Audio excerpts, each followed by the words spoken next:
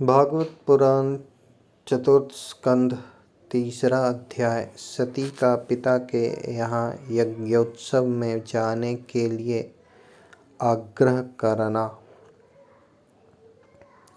श्री मैत्रेयी जी कहते हैं, विदुर जी, इस प्रकार उन ससुर और दामादों को आपस में वैर विरोध रखते हुए बहुत अधिक समय निकल गया। इसी समय ब्रह्मा जी ने दक्ष को समस्त प्रजापतियों का अधिपति बना दिया। इससे उसका गर्व और भी बढ़ गया। उसने भगवान शंकर आदि ब्रह्मनिष्ठों को यज्ञ भाग न देकर उनका तिरस्कार करते हुए पहले तो वाजपेय यज्ञ किया और फिर बृहस्पति शव नामक महायज्ञ आरंभ किया। उस यज्ञोत्सव में सभी ब्रह्मर्षि, देवर्षि, पितर, देवता आदि अपनी अपनी पत्नियों के साथ पधारे। उन सब ने मिलकर वहाँ मांगलिक कार्य संपन्न किया और दक्ष के द्वारा उन सब का स्वागत सत्कार किया गया। उस समय आकाश मार्ग से जाते हुए देवता आपस में उस यज्ञ की चर्चा करते जाते थे। उनके मुख से दक्ष कुमारी सती अपने पिता के घर होने वाले यज्ञ की बात सुन ली। उन्होंने देखा कि हमारे निवास स्थान कैलाश के पास से होकर सब ओर से चंचल नेत्रों वाली गंधर्व और यक्षों की स्त्रियां चमकीले कुंडल और हार पहने खूब सज धज कर अपने अपने पतियों के साथ विमानों पर बैठी उस यज्ञोत्सव में जा रही हैं। इससे उन्हें भी बड़ी उत्सुकता हुई और उन्होंने अपने पति भगवान भूतनाथ से कहा। सती ने कहा, वामदेव, सुना है इस समय आपके ससुर दक्ष प्रजापति के यहाँ बड़ा भारी यज्ञोत्सव हो रहा है।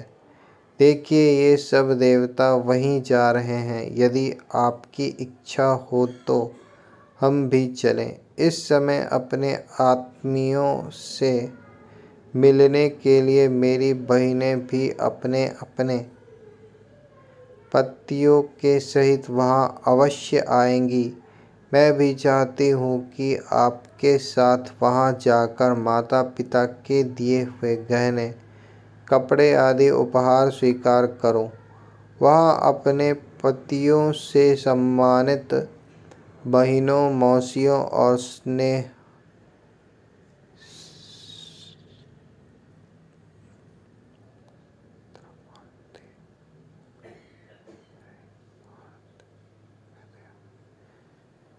श्रेहार्द हृदया जननी को देखने के लिए मेरा मन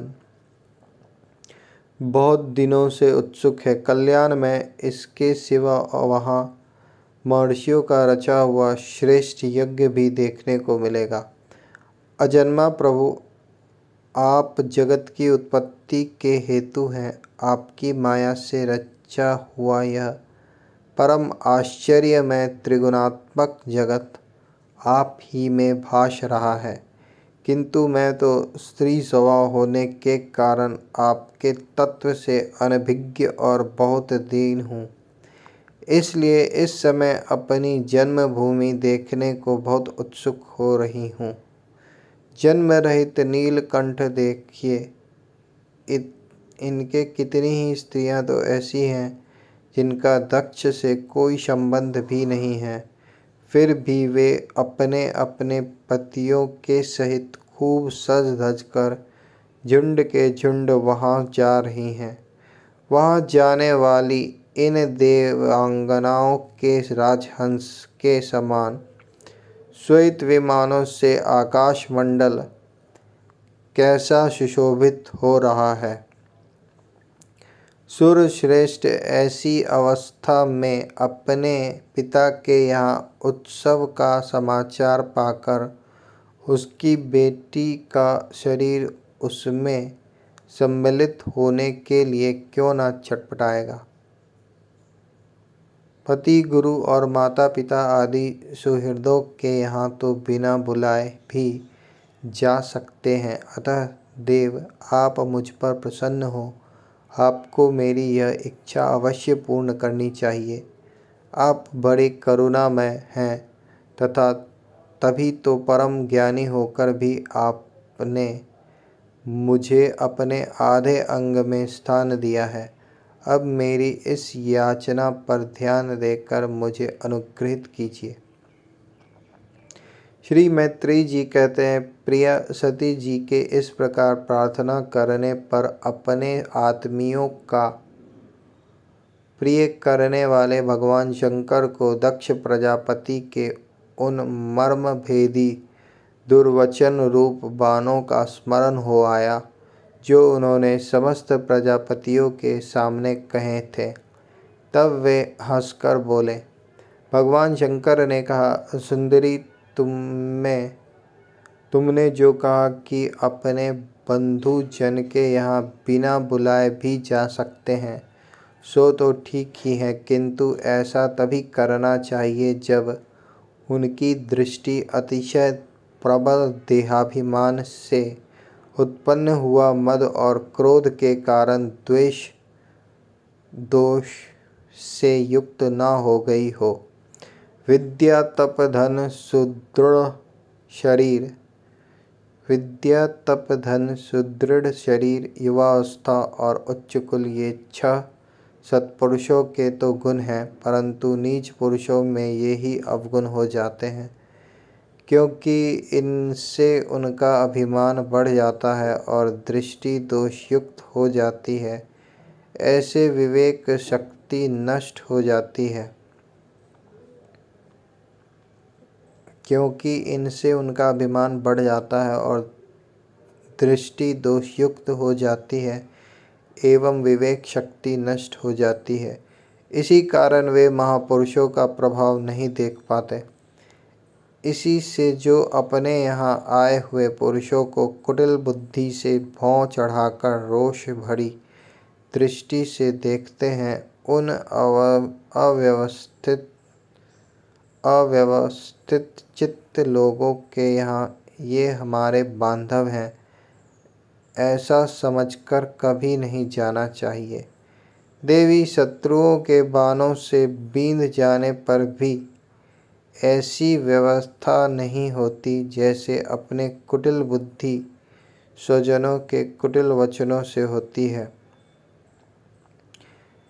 क्योंकि बाणों से शरीर छिन्न भिन्न हो जाने पर तो जैसे तैसे निद्रा आ जाती है, किंतु कुवाक्यों से मर्म स्थान विद्ध हो जाने पर तो मनुष्य हृदय की पीड़ा से दिन रात बेचैन रहता है। सुंदरी, अवश्य ही मैं यह जानता हूँ कि तुम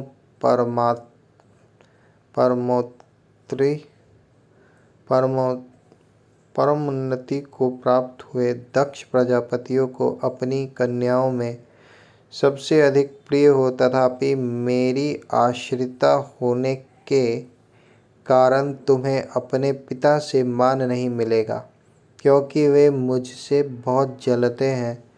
जीव की चित्त वृत्ति के साक्षी अहंकार शून्य महापुरुषों की समृद्धि को देखकर जिसके हृदय में संताप और इंद्रियों में व्यथा होती है, वह पुरुष उनके पद को तो सुगमता से प्राप्त कर नहीं सकता। बस दैत्यगण जैसे श्री हरि से द्वेष मानते हैं, वैसे ही उनसे कूढ़ता रहता है। सुमध्य, तुम कह सकती हो कि आपने प्रजापतियों की सभा में उनका आदर क्यों नहीं किया, सो ये सम्मुख जाना। नम्रता दिखाना, प्रणाम करना आदि क्रियाएं जो लोक व्यवहार में परस्पर की जाती हैं, तत्वज्ञानियों के द्वारा बहुत अच्छे ढंग से की जाती हैं। वे अंतर्यामी रूप से सबके अंतःकरणों में स्थित परम पुरुष वासुदेव को ही प्रणामादि करते हैं।